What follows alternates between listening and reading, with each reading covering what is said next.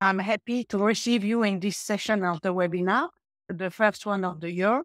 Our moderator today is Isabelle Drena, and she is a qualified professional with a diverse international background in finance, investment, and management consultancy. And today she is an executive coach, a mentor, and a leadership trainer. And she focuses on professionals, women or men, in leadership and in career transition.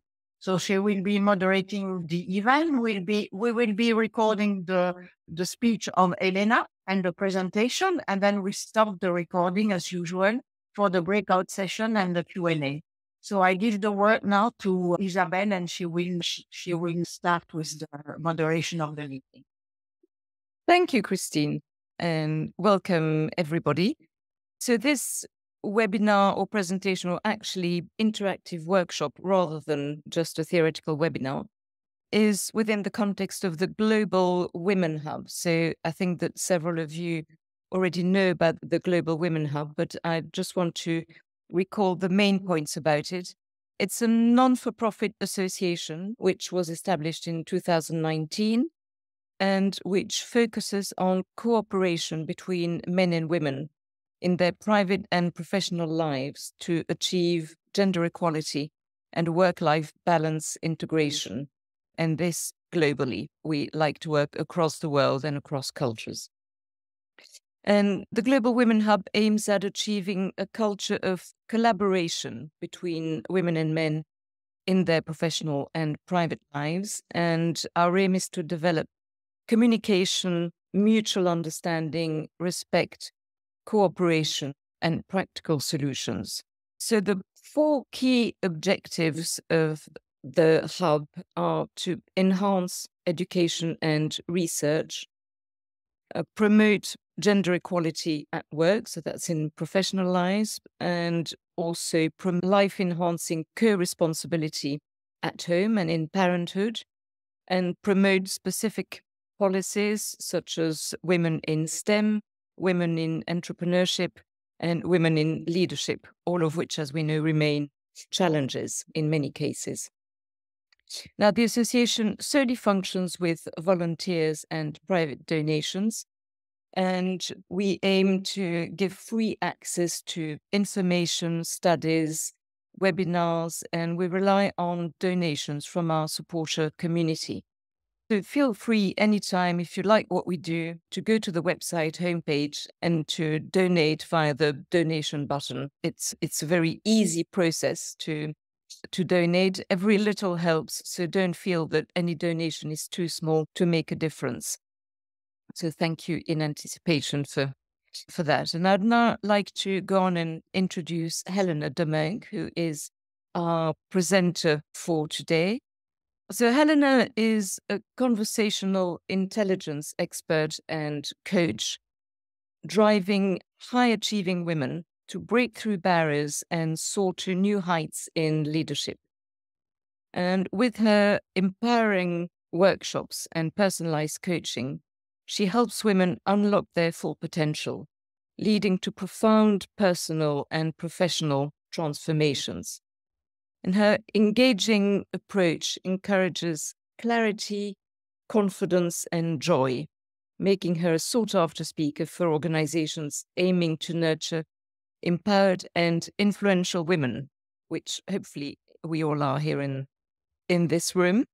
It should be very relevant, I think, to us all. Helena, I will now give the word over to you. A couple of housekeeping points. I think I can see that you all have. It's better to have your mic off during the presentation. The presentation will last around half an hour, I think is right, Helena? And that will be followed by exercises in breakout rooms so that you can actually practice for about 10 minutes the concepts that Helena will have introduced. We will then come back to plenary and debrief on what it felt like, what you found helpful, and finish off with Q&A. Now, if questions come up at any time during the presentation, feel free to put them in the chat. I will keep looking at them and I will introduce questions during the Q&A as we go along. Helena, thank you for being here. And over to you.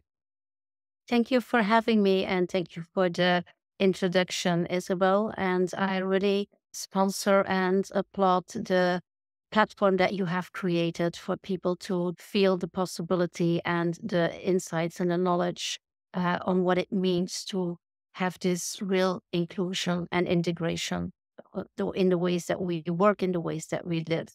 And a warm welcome from everybody here to this session on conversational intelligence. I have to be honest, when Christine asked me to prepare this session and I asked her, how long can I talk? She said, half an hour. And I said, okay, this is really a challenge because I studied conversational intelligence for 18 months and I could talk about it for days. So what I have been doing right now is I have been creating like the real essence of conversational intelligence for you in a way that it is also giving you insights, creating awareness, and giving you some practical tools and tips that you can integrate in your daily life, in your conversations, both professionally, personally, and I would like to say the ones that you have with yourself, because those are also important conversations. After this webinar, I will send you some practical exercises also that you can use forever. They are yours to use, because I feel that with the practice we have with the breakout, you will have some first introduction.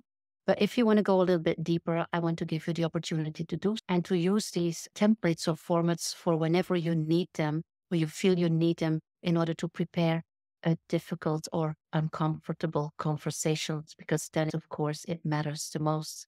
So let me share my screen with you to start the presentation. So basically, the title of this session is Overcoming Gender Communication Issues Through Conversational Intelligence. We will go a little bit deeper in the differences in gender, in how to look at conversations, in how aware we are of the impact of our words. One of the things I noticed today, for example, that I know making time for a workshop during office hours, during lunch, it is an investment, and I really appreciate that, and I thank you for that. But when I look at the audience here, most of them are women.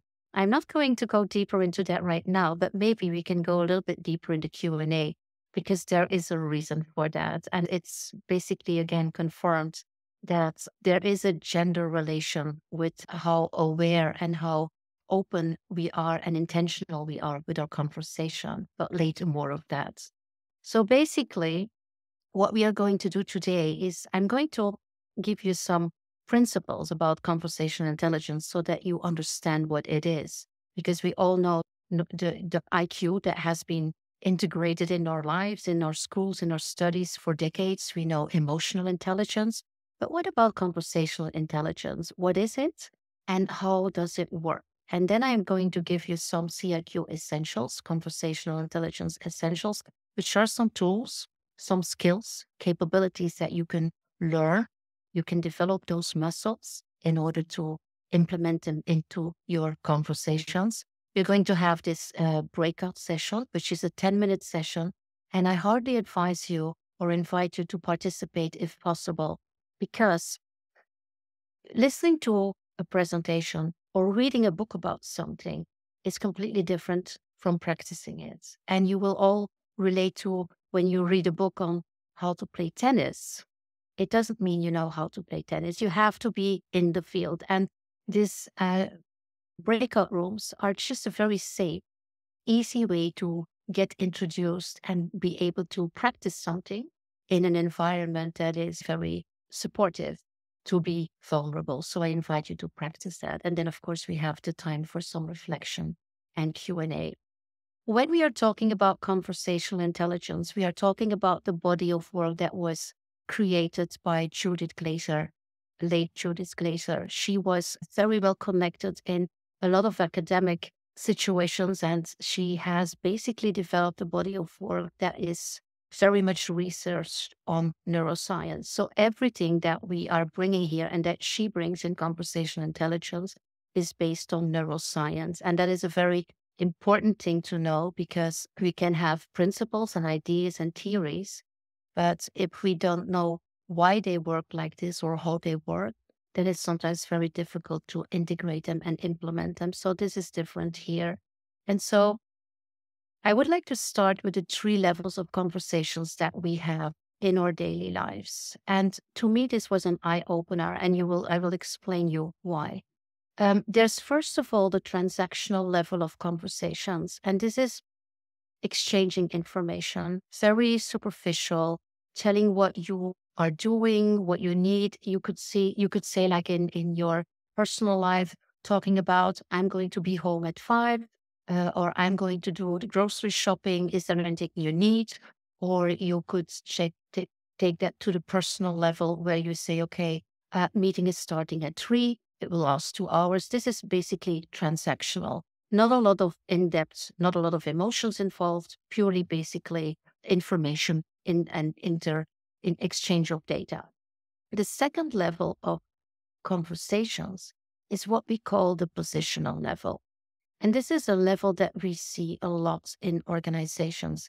Basically, it is about, I have an opinion, or I have a vision, or I have a goal, and you have an opinion, or you have a vision, or you have a goal. And we are exchanging these visions. We are having conversations on goals, problems, challenges, whatever. And it is positional. I have my position, and you have most probably another position. Okay. This is something that we see a lot also in leadership development, where we say we want to have more impacts. We want to have more leadership acumen.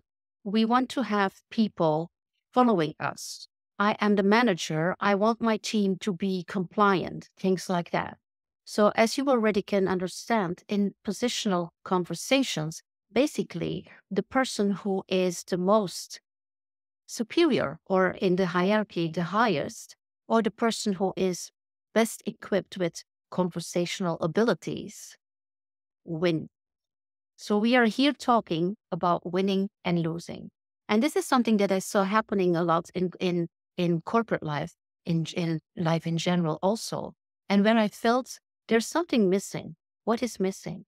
And when I encountered Judith Glaser's body of work with conversational intelligence, I understood what was missing. And that is a transformational level of conversations. And the transformational or co-creational level of conversations is where you and I, we meet, we are at the same level, and we co-create something. We are open. There might be a goal, there might be a problem, there might be a challenge, and we look at it in a setting that is very trustful, and where we start with a white paper and we start creating. There's no thing like, I have my opinion about this and I want to win. I want everybody to follow my lead. I want everybody to follow my idea. It is open. So as you can understand, these are 3 very important differences, or 3 very important levels of conversations. And I'm not going to say that for every conversation you need a transformational level. Just imagine if you are at home planning your dinner for tonight, and you have to make it a transformational conversation where everybody in the family is involved in how we are going to create dinner. You could do that once if you want to educate your children in terms of how to feel motivated and connected with the cooking as a practice. But if you are looking at the practical things, you will probably have a transactional conversation. Hey guys, tonight we have chicken with rice, and that's it. So it's conversational. Does that make sense? So it's very important to understand these 3 different levels, to be aware of them, and to learn when you need to have these type of conversations or this level of conversations. For example, in a situation at work, you can have positional levels of conversation when there's a certain urgency, or where there's a situation that leaves little room for starting from scratch. When we're talking about legal things, when we are talking about compliance, when we are talking about these specific things, it could be very positional. Or when you know the stakes are that high and you don't have the time to go deeper, then you might go to a positional level of conversations. But be aware that if you are not in a transformational level of conversation, you will lose commitment, engagement, and input from the stakeholders. So basically, this is something very important. If you want to dig deeper into these things, I will send you some information where you can find some practical examples. And also, we are going now to give you some more tips and tricks in order to create these transformational conversations. Of course, that's the whole point of this thing. So basically, this is just a scheme of that. What we intend is what we get. The thing is that we often do not intend because we are not intentional in creating the specific type of conversation. But level 1 is to confirm what we know, basically. Level 2 is to depend what we know.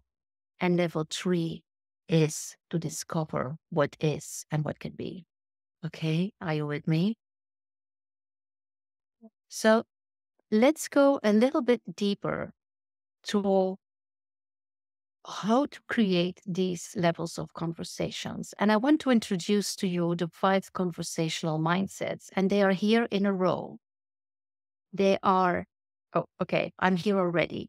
Basically, here you see them on a scale.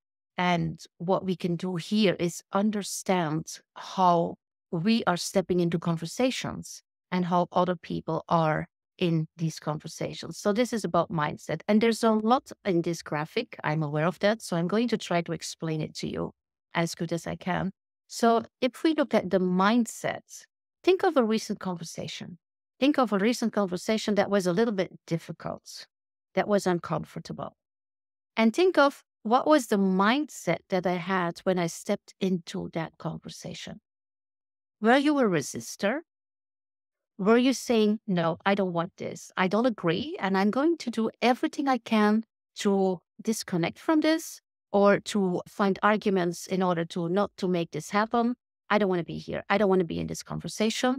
I don't agree with the topic or with the outcome they want to have. So this is basically where you are resisting. Yes. We can be in these types of conversations, and we can also have other people in a conversation having that mindset. It's very important that we try to read the energy in the room and understand what mindset is there. Okay. You can have another mindset when you are in the conversation, and that is the skeptic one. Because the one that is, yeah, we've been there, we've done that before. Another plan. Really? You think this will work this time? You know what? Whatever. I don't really care. I don't believe, I don't trust this will work. It's not like you are going to actively resist, but you are not going to connect and you are not going to participate. Not with your mind, not with your heart. So not rationally, not emotionally. This is a skeptic. The third one, when we go a little bit more there, is to wait and see. And this is like you are in a meeting and somebody comes with a proposal or with a plan or with an idea, and you're like, okay, what are the other people doing? Let's have a look. Let's see what happens here. I'm not going to disconnect, but I'm not going to engage. I'm just waiting. Let's see what happens. Okay. The other mindset is the experimenter. And the experimenter is the person in the meeting who will do this and say, okay, let's see, what is this? I don't know what it's going to be, but let's try. Let's try to work something out and let's see what comes from it. I'm in, yeah? And then the last one is the co-creator. And the co-creator says, okay, let's go for this. I'm fully committed. I'm fully engaged. I know that we have the capabilities and that we have the team to do this, to create this. Let's have everybody involved. Let's have all the wisdom, all the knowledge, all the possibilities here and create something that is sustainable, that we can all defend, that we can all be committed and engaged to, that we all want to make the extra mile to do this. And we will have all the stakeholders in mind when we create this plan. So as you can see on this scale, we can have different mindsets. That means if we have 10 people in a room, we also can have different mindsets because everybody is experiencing and judging the situation in their own way and through their own filters. Also, in like a 1-hour conversation, we can have different mindsets ourselves. For some items, we can be skeptic. For other ones, we can be experimenter. And basically, it is about being aware of where we are because it is defining the outcome of the conversation or the outcome of the meeting. So when you look at these 5 mindsets, they are basically related with trust. And you can see to the left, you can see low trust, where there's resistance and skepticism. You can see conditional trust in the wait and see, and you can see high trust when we are experimenting and when we are co-creating. High trust in ourselves, high trust in the others that we are co-creating with. And this is a very important thing also in conversational intelligence. One of the most important things to have an intelligent conversation is to have trust, to create trust, to build trust, and to trust, of course, the other people involved in the conversation or in the project. Now, another thing that we see here is when we look at the left side, we see I, and when we look at the right side, we see we. Evolving on this dashboard from resistor over skeptic, wait and see, experimental, and co-creator, we are also evolving from I, because I am afraid, I don't feel comfortable, I don't trust it, I don't believe this. We are evolving to we. How can we create something that is sustainable and engaging for all the stakeholders? Does that make sense? Yeah. And another thing that we see here is the protect and partner. Somebody who is resistant, somebody who is skeptic, is basically in his primitive brain. I'm going a little bit deeper there. And the main thing he or she wants to do is to protect herself or himself, is to protect the status quo, is to protect basically a situation where they feel in a comfort zone. And if we go to partner, it is about opening up. It is about trusting. It is about being vulnerable.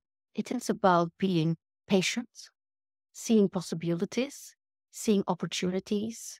Trust the other one, trust yourself, and trust the future. So there's a big difference. And basically, it's all about moving this needle on this dashboard from left to how do we do that? And there we go with our neuroscience. I'm not going to spend a lot of time on explaining how the brain is organized, but I would like to have some time to explain two very important things. And the first one is the primitive brain or reptilian brain. This is basically the brain that is our survival brain. It is constantly scanning the world for danger, for risks, and it wants to make sure that we are safe, that we do not have unpleasant situations. It is the brain that has kept us alive for ages, and it is a brain that we have similar with other animals, if I can say it like that. So what is happening in the primitive brain is basically when we feel something is putting us in danger, there's an activation of some hormones and chemicals in our body, mainly cortisol and adrenaline, and we are preparing for either fight, flight, or paralyze. Let's imagine we go back many years and we are walking in the woods. We could have that if we go to Canada, maybe, or North America. We are walking in the woods and we have a great time. And all of a sudden, we meet a grizzly bear. And it looks like a very big, dangerous, very hungry grizzly bear. Immediately, our primitive brain will respond and it will say, okay, in a fraction of a second, okay, what is going on here? We are in danger. So, are you stronger than the grizzly bear? We are going to fight. Are you faster than the grizzly bear? We're going to flight. We're going to run. And maybe we can make sure the grizzly bear doesn't see us and we just don't do nothing. We paralyze and watch what's going on. This is basically our reptilian brain protecting us from danger. And this is something that is very useful when we are in life danger. The problem is that research has shown that 80% of the people are in their reptilian brain for 80% of the time because we do not know how to calm that reptilian brain, and it's activated everywhere. Think about traffic. Somebody cuts you in traffic. Think about in a meeting, somebody is taking the word, not interrupting you. Think about whatever situation that you feel that gives you discomfort, and this reptilian brain is activated. And so what we do is we fight, we flight, or we paralyze, we disconnect. And although these are very good reactions, primitive reactions when our life is threatened, they're not really very good reactions, and absolutely they're not responses in order to maintain relationships and achieve things together with other people, as you probably can understand. So where can we go if we want to achieve that? If we want to be in this experimenter mindset, in this co-creator mindset, we want to go to our prefrontal cortex. Our prefrontal cortex is our newest brain, evolutionary, and it is also the brain where we have the possibilities to co-create, to see options, to see opportunities, to build trust. This trust is created in the reptilian brain, in the primitive brain. Trust is created in the prefrontal cortex. So basically, it is key in meetings when you have difficult conversations, when there's a lot at stake, when you have a lot of stakeholders involved, when you have you want to create something sustainable, it is key to have the conversations guided from your prefrontal cortex, where you can think of responses, where you can think of which language will I use, where you can think of how do I show up in these meetings, where you can think of what is my desired outcome. When you are in your reptilian brain, you won't do that. You will just defend, or you will be aggressive. Women will be mainly passive aggressive, but you will not do very constructive things. So it is all about going into this prefrontal cortex. When you are in this prefrontal cortex, you can be in this experimental mindset or in this co-creation mindset. I'm aware this is a lot of information. There's a replay, so you can come back to this and you might want to. But I also think if you keep this visual in mind, that it is pretty clear. And if you are in a meeting, I invite you to think of these things, to see, okay, if we look at this conversational dashboard, where am I? Where are the other people in this meeting? It is a practice. It is not something that you have like this. It is like a muscle that you will train in order to assess and become aware of where you are and where other people are in a meeting. Because if you don't have that awareness, it is very difficult to act upon it. Yeah, we are going to see the conversational essentials in order to move that needle. But if you are not even aware that people are resistant or people are skeptic, then you will not even apply these conversational essentials. And it's not because people don't say anything that they are not skeptic or resistant. Some people are very open to express that they do not agree. And actually, we should thank those people because it means that at least we know and we can use this information in order to see how we can co-create. But if they don't say anything, we tend to think that they agree. And how often do we have a meeting where we all agree and the door opens and in the coffee area or at the copier, a completely different story is created? Does that make sense? Does that resonate? This is because we are not open. We are not aware of what is going on during our meetings or during our conversations. So let me go to the next graphic. Just checking time. Let me go to the next one, and that is the way how we can regulate and deregulate our chemicals. Because if we are in our reptilian brain, in our primitive brain, we are producing cortisol. If we are in our prefrontal cortex, we are producing oxytocin.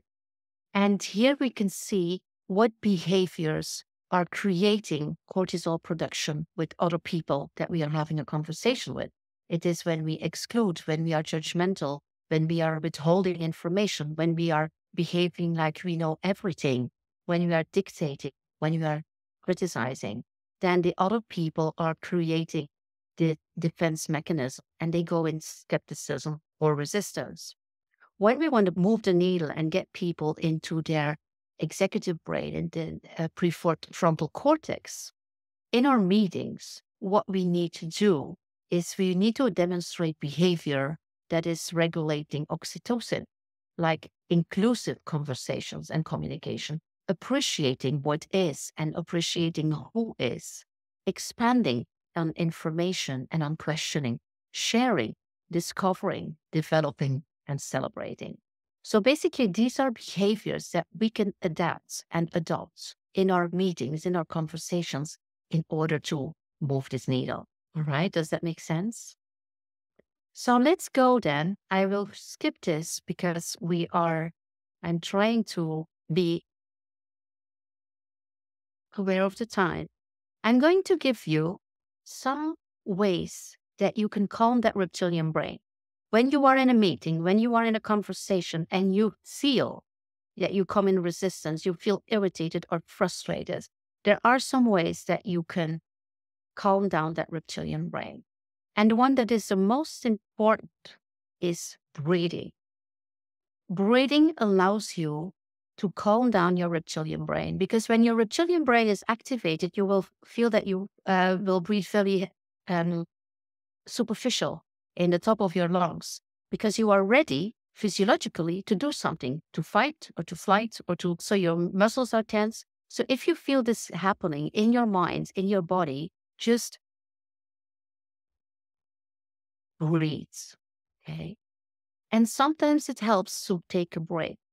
Say, okay, let's have a bio break and go to the restroom, go to the bathroom and take some deep breaths. Sometimes it also helps to make physical movements. What I always advise my clients when this happens in meetings is there's always a whiteboard or a flip chart. If you feel that there's a tension in this meeting, that people are in their reptilian brains or you are in your reptilian brain, get up and say, okay, we're not moving for the moment. Let's see what we already have. And you start writing down on a whiteboard or on a flip chart. So you have some physical movement and you have a change of energy and of atmosphere, and things start to go down. And when you invite people to co-create something on a whiteboard, on paper, on a flip chart, people are already refocusing. And we will see that as one of the conversational essentials also. So you shift the energy in the room. So these are ways to calm your reptilian brain. And the number one is breathing. Absolutely very important. And then there are, of course, a couple of strategies that we call the conversation essentials, which will help you to have effective and meaningful conversations. And here they are. The first one is to be open to influence. Think of how many times we go into a meeting or we step into a conversation where we say, okay, I'm going to say this, and this is the outcome, and this is what I want to get out of this meeting or this conversation. What if the other person does the same? Then we have a level 2 conversation, positional, and probably you will not move for 1 meter, or at least you will leave a lot of options or possibilities untouched because you are so prepared. I'm not saying it is important, that it's not important to prepare for a meeting. I would just say, or for a conversation, prepare and then just put it aside and go into the conversation in a curious way.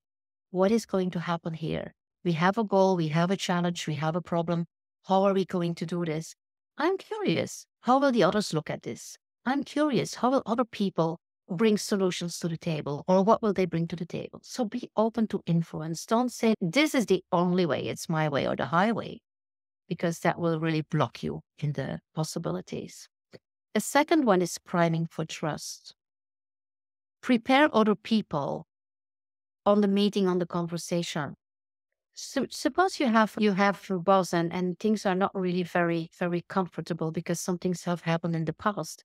And your boss is sending you an email and he says, I'm expecting you 2 p.m. this afternoon in my office. Okay, you understand your reptilian brain might probably say, okay, what is going on? There will be a problem. And you will create scripts and things, and you will enter that meeting stressed and not ready to be open for influence. You will be not prepared and you will be not trustful. If you say, we have an issue with a client, we have had a claim here, and we really need to solve this very quickly. Can we have a meeting at 2:00 in order to find a solution for this client? That's completely different. You're priming for trust, right? Okay. Number 3 is to start asking questions for which you have no answers.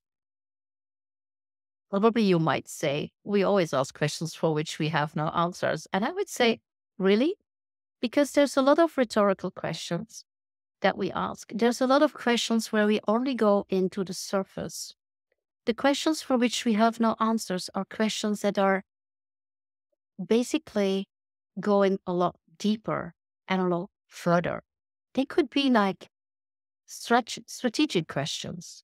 They could be like implication questions. They could be like, what else is there? How would our clients see this? What is there that we have never done that we could bring into this conversation? What other resources that we have not thought of can we bring into this conversation in order to find a sustainable solution? Things like that. Asking questions that go deeper. Number 4 is the listening to connect. Listening to connect is really intentionally listen to understand what the other people are saying, meaning, and feeling. Very often we are listening to defense. We are already preparing our arguments while we are listening. We are not going deeper. We are not really curious and open and wanting to connect with the other person's aspirations or needs or worries or whatever. So listening to connect is a conversational essential that is very important. I like the next one, and that is double clicking. You know, when you are on internet and you have a text, a blog or whatever, and you say, okay, this is interesting, you're reading, and this is interesting. I want to know more. I want to understand. I would really want to understand. And then you can double click on the link to go deeper to the next level. This is something that we don't do a lot, double clicking, because we assume. Because double clicking takes time. And we don't have time. Our meetings are very limited in time, so we don't double click. We only assume that we understand what the other person is saying. And then sometimes you are very surprised because we are talking about completely different things. I'm going to make that story very short, but once I had a training with a group of real estate people, and we were doing a role play on double clicking and asking open questions. And basically, they were asking questions in order to define the ideal house to present to me. Okay, so they had to ask a lot of questions in terms of how many rows and where and things like that. You can imagine the questions they asked. In the end, they did a presentation of some premises, and they said none of them is valid. And they said, how can that be? We have asked all these open questions. They said, you have assumed that I was looking for a house to buy, and I am looking for a house to rent. And in all your questions, because you have assumed, you didn't go deeper. And now you are offering me houses for sale. And I'm not looking for that because you assumed. So double clicking is something that we all should do a lot more. Okay. And then the last one is conversational agility. And this is the one that I'm going to send you some exercises after this webinar because we cannot go deeper. But basically, conversational agility is about reframing, refocusing, and redirecting. If we can, in conversations, manage these 3 skills, we can have completely different outcomes. So reframing basically is changing the context and give a new meaning to a situation. Yeah. For example, if you have a conflict or if you are going to enter a very difficult conversation, and you are worried, you are stressed because you say, I don't want this. I hate this type of conversations. It makes me stress. I want to have everything in peace and harmony. You can reframe it and you can say, okay, this is a difficult conversation. And it is also an opportunity for me to practice my conversational intelligence skills. Or it is an opportunity for me to have more clarity on the position and the views of the person I'm going to have this conversation with. And it's an opportunity maybe to dig deeper and to have a better outcome. So basically, this is reframing the situation you are in. Another conversational essential is the refocus. And it is about elevating people out of the place where they are stuck and point them toward another part of the larger topic where they can see new connections. So this is something you can do for yourself. And it's also something that you can do for other people in terms of helping them when they are stuck because they are only looking at one part of the issue or the challenge or the problem and open it up. And basically it's pointing out why we are doing it. Why are we going this extra mile? I know it's very hard. I know it's very challenging, but just remember that we are here together And we are here in order to achieve this goal where we all benefit from. This is refocus. And then the redirect is to, again, when somebody is stuck or when a team is stuck in a meeting, it is to open up the conversation and talk about things where they can see different and new opportunities. For example, in a meeting, if you are stuck in the finger pointing about who is to blame because what has happened and why it has gone wrong, redirect the conversation towards, okay, these are the consequences for the client, or these are the consequences for the department.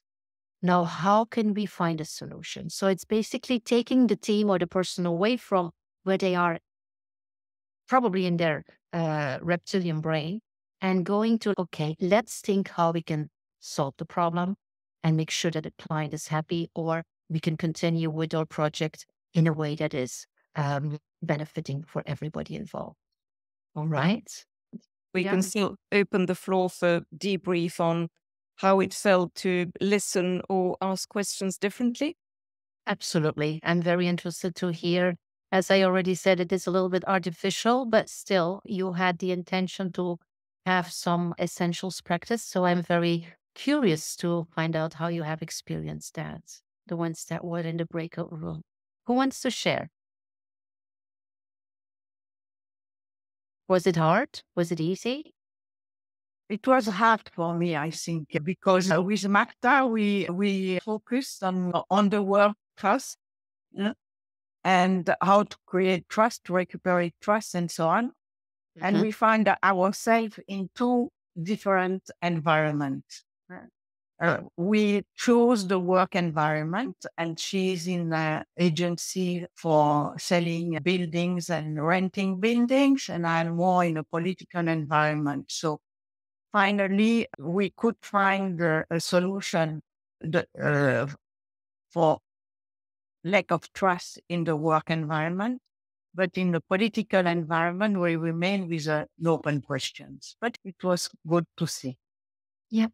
And how did you feel that applying these conversational essentials helped you to achieve a certain outcome in your conversation?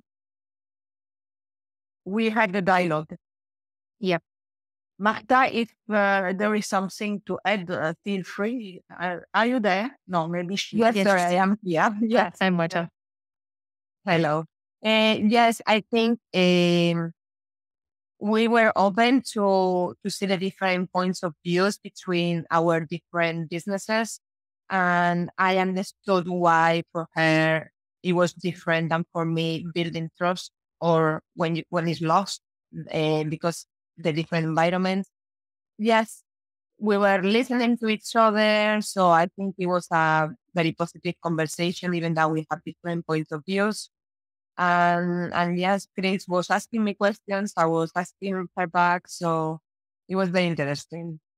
Beautiful. Thank you for sharing. And also thank you to bringing this to the group.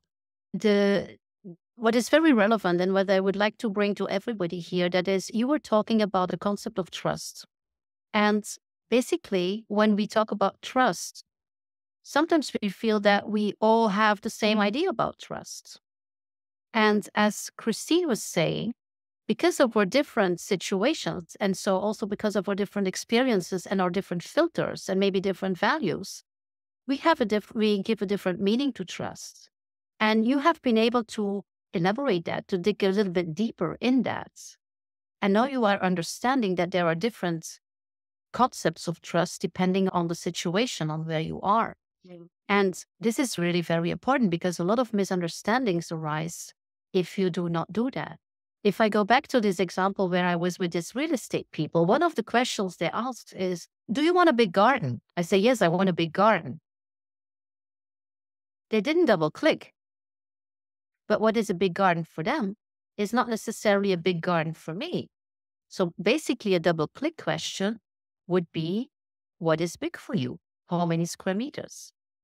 This is a totally different example, but it is about concepts. And you can imagine if you're talking about trust, or you're talking about how big is a garden, or you are talking about other important things in a meeting. Can you imagine how many misunderstandings we have in meetings? Can you imagine how normal it is when we go out of the meeting that completely different things happen than what we thought we agreed on during the meeting? Yeah. All right. Great. Thank you for sharing. Other shares that you want to bring, because we can all learn from each other's sharing. Anyone else?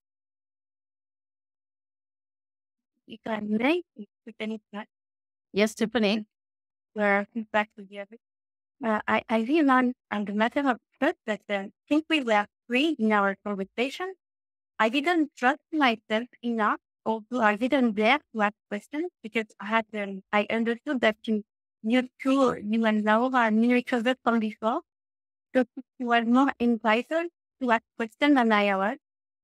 So I don't know if it's the same thing of the presentation you have done before, but there is trusting of it, but I assume that there is no trusting ourselves there to ask. Absolutely. Yeah. The trust in yourself and the confidence in yourself. I could do 4 other webinars about that, probably 10, because this is about the conversation that we have with ourselves. And I already said it at the beginning of this webinar, we can have conversations with others professionally and personally. And conversational intelligence is basically a very good tool in order to improve the quality of these conversations and then also the quality of the outcome. But we can also use it for ourselves. Yeah. And for example, I've been talking about reframing, refocusing, and redirect, and we do not have the time to go in deep there.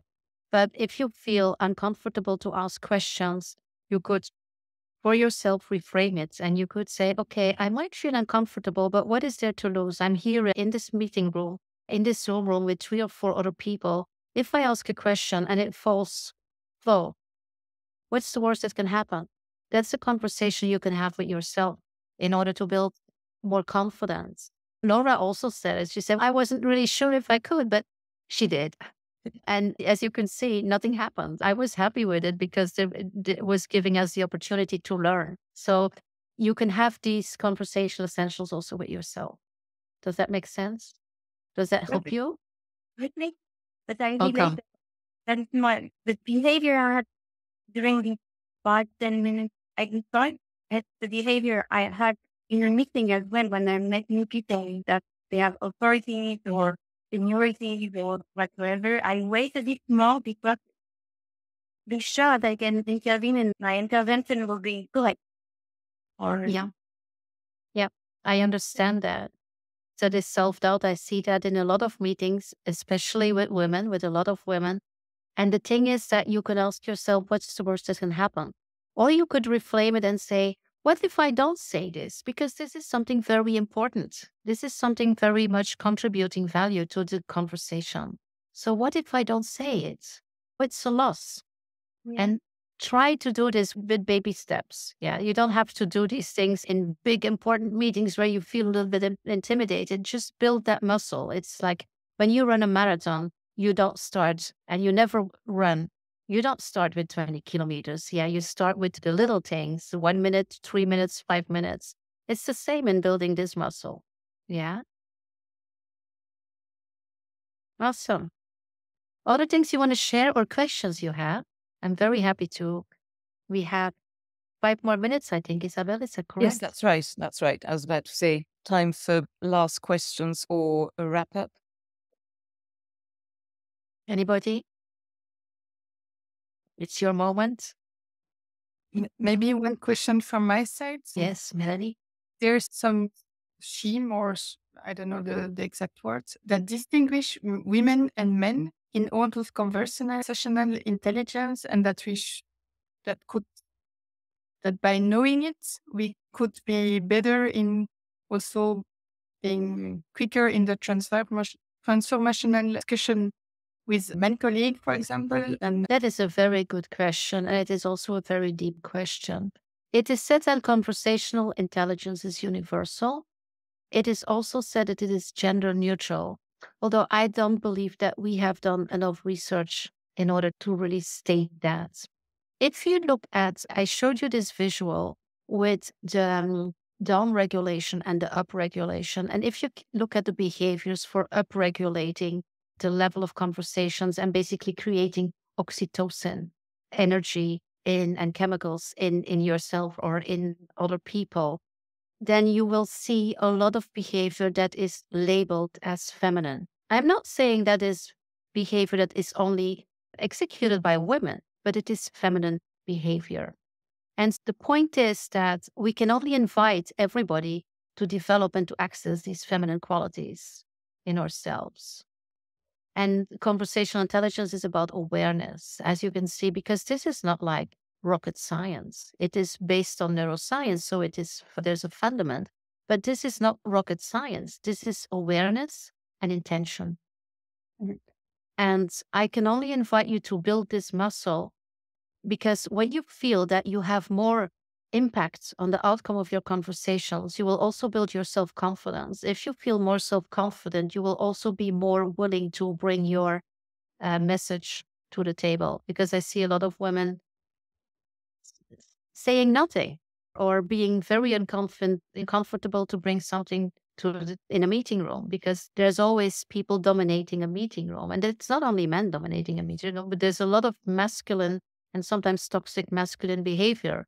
And it's important that we understand what is going on and that we do not go into a reptilian brain, because a lot of what we do very often, if we see this energy in a meeting room, we are getting in our reptilian brain, and either we fight, we become angry, or we flight, we go, we don't show up anymore, or we disconnect, we paralyze. And basically, we know that these three behaviors are not very helpful. So it is about activating all these energies in yourself intentionally, and then basically it will radiate. And again, this is not something that happens like this. This is building, this is self-leadership. And self-leadership is based on self-awareness and intention to change it. And then if you use these essentials, you will use it with your children, with your partner, with your friends first to see a difference. Inform them about it. This is something I learned. I would like to practice it. I would like to see if there's a difference in the energy of our conversation. So do this step by step. Yeah. But it's not with this knowledge and this awareness, tomorrow you will be able to change what is going on in the meeting rooms or what is going on in organizations. Not yet. We have a long way to go. Yeah. Another by, I would say, leading by example, using it Yes. to raise it to the other. Exactly. Because the way you show up has a ripple effect. Other people see you. Other people see what you do and what you do not do. And it has a ripple effect. It also has a mirror effect. And if you can start doing this with your team, and if you can see changes in your team, or you can start doing this with your colleagues, people will notice. Yeah, and they will say, what's going on there? What are they doing differently? And that's a way to integrating into an organization. Does that make sense, Melanie? For me, yes. For the others, I don't know, but for me, yes. Thank you. Okay, you're welcome. We've got one more question from Diane, who unfortunately seems to have a lot of connection issues, both mic and video, but so I'll ask it on her behalf. And she says, is it possible to recover the transformational level if we've definitely been frustrated during a conversation? It is.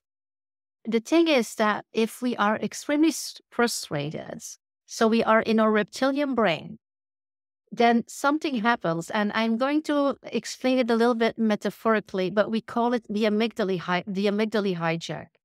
So I'm not going into the brain things, but you know the situation where you are so frustrated, and sometimes it's like somebody has hit a button and it's red before your eyes. Yeah. And you are so frustrated that you cannot even talk anymore. You cannot even think anymore. You can obviously see this a lot easier with other people. Yeah. Basically, what is happening then that is that you are hijacked by your brain and by your ego and by emotions. And in that moment, there is no way that you will go to a transformational conversation. The only possibility is to pause, to stop and to calm down. And they say the amygdala has a shelf life of 36 hours. Yeah.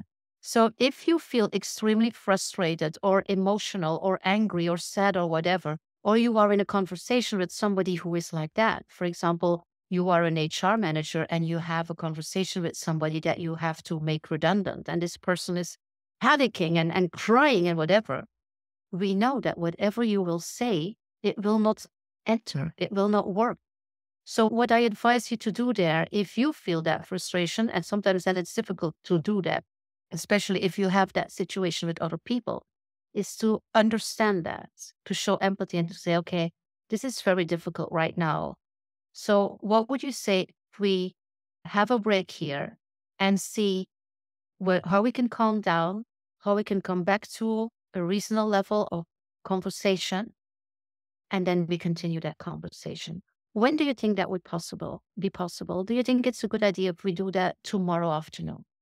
Or if we do that later today, depending on the context? But pause it. Don't try to shift that energy if somebody is in their amygdala hijack, if I can call it like that. Does that make sense? Does that help? You cannot force it, because if emotions are overflowing, things have to calm down again. Yeah.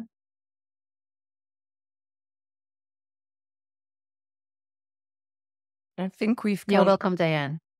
we've come Okay. to the end of the time we had allotted. Does anybody have any last burning issues they would like to raise? If not, I think, Helena, we can say thank you hugely for a really interesting, thought-provoking presentation. And we very much look forward to receiving the slides. Let me just remind everybody, the slides do belong to Helena, so she's happy to share them with you because you connected to this webinar, which was recorded, and you'll receive the recording as well of the recorded part, but you cannot share them. It's a personal trusted gift from Helena to you, but not something to be broadcast. There we are. But thank you all for joining us. There will be more from the Global Women Hub as we go along. And don't hesitate to follow us, go on our website, like us, and all the things that help us on our way. So I will say again, thank you for joining us. Enjoy the rest of today, and hope to see you again soon. Yes. See you later. Bye-bye. Bye now. Have a great day. Bye.